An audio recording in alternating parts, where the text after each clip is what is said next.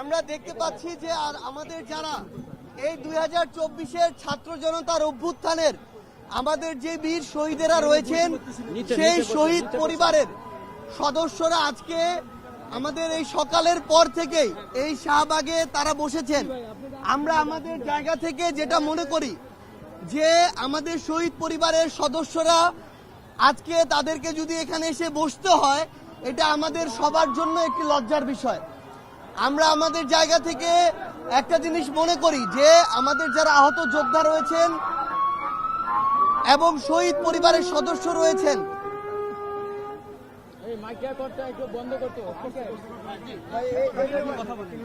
আমাদের যারা একটু শুরু করে প্লিজ।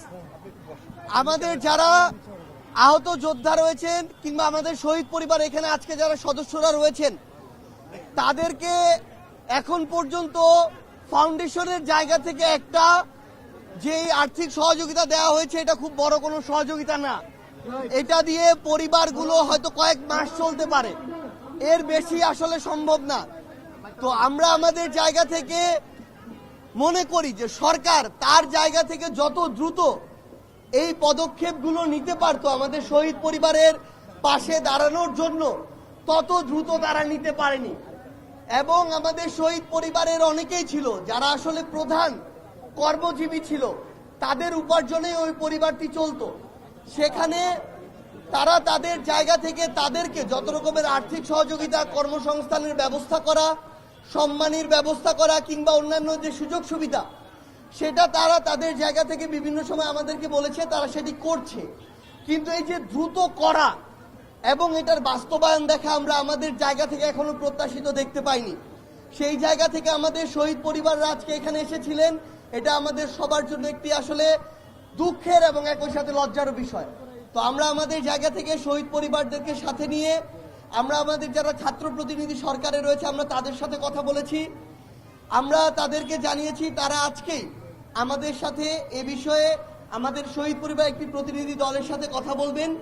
এরপরে আগামীকালকে যারা এই অভ্যুত্থানের সামনের সারিতে নেতৃত্ব দিয়ে এই অভ্যুত্থানের লড়াইয়ে ছিল তাদের একটি টিমের সাথে আমাদের শহীদ পরিবার একটি টিম আগামীকালকে কথা বলবেন।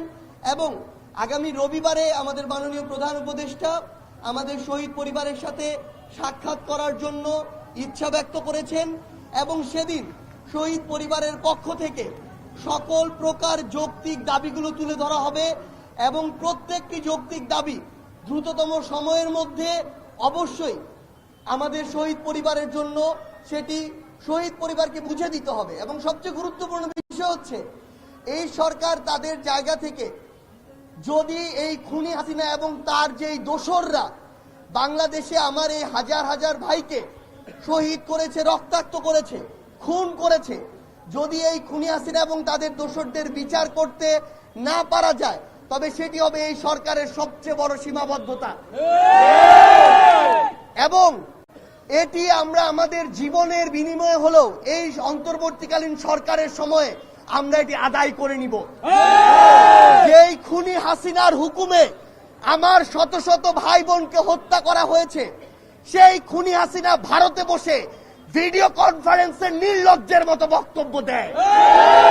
সেই খুনি হাসিনা হাজার হাজার ভাই বোনকে যখন আমার খুন করা হয় তার নির্দেশে, সেই খুনি হাসিনা তার সময় যখন শত শত হাজার হাজার গুম, হত্যা, খুন করা হয় সেই খুনি হাসিনা এই বাংলাদেশে নির্লজ্জের মতো বিচার চায়।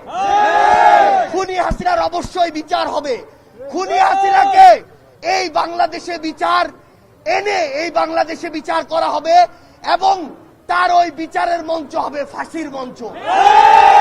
আমরা স্পষ্ট করে বলি, দেশ এবং দেশের বাইরের যারা খুনি হাসিনাকে আশ্রয় দিচ্ছেন, প্রশ্রয় দিচ্ছেন, বিভিন্নভাবে প্রমোট করছেন প্রত্যক্ষ এবং পরোক্ষভাবে, আপনাদেরকে এই বাংলাদেশের শহীদ পরিবার, আহত যোদ্ধারা ভুলে যায় নাই।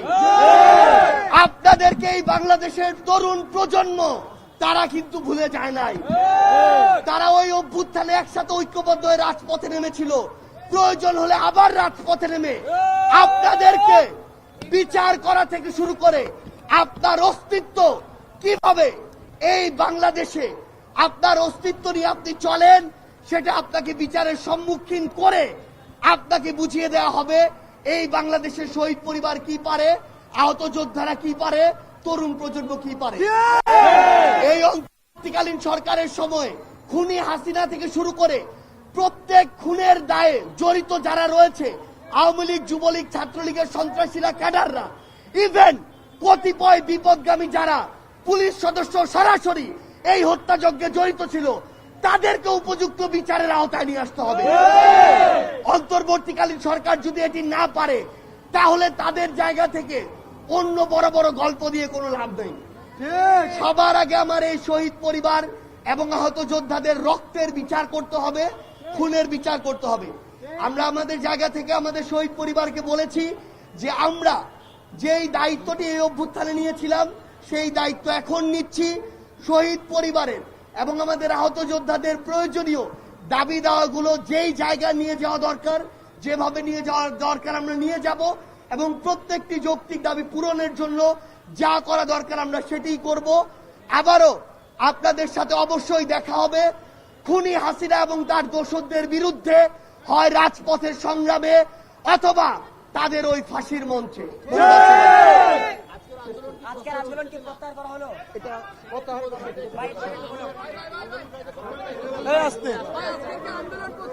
আসতে ভাই একজন বলেন।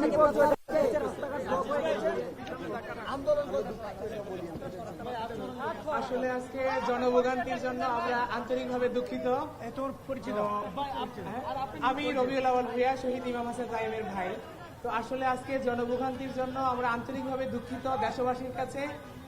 আমাদের যেই মুখপাত্র সার্জিস আলম ভাই মাননীয়, উনি আসছেন, উনি আমাদেরকে আশ্বাস দিয়েছেন এবং সরকারের পক্ষের আমাদের যে পক্ষের 3 জন ভাই আছেন, ওনারা আজকে আমাদের প্রতিনিধি টিমের সাথে বসবেন। ইভেন আগামীকালকে সার্জিস ভাই, হাসনাত ভাই আমাদের শহীদ পরিবারের প্রতিনিধি পক্ষের সাথে বসবেন। দেন রবিবার দিন মাননীয় প্রধান উপদেষ্টার সাথে আমাদের শহীদ পরিবারের প্রতিনিধি দল দেখা করবে। এই শর্তে আমরা আজকের ব্লকেট কর্মসূচি প্রত্যাহার করলাম। ধন্যবাদ। আসসালামু আলাইকুম।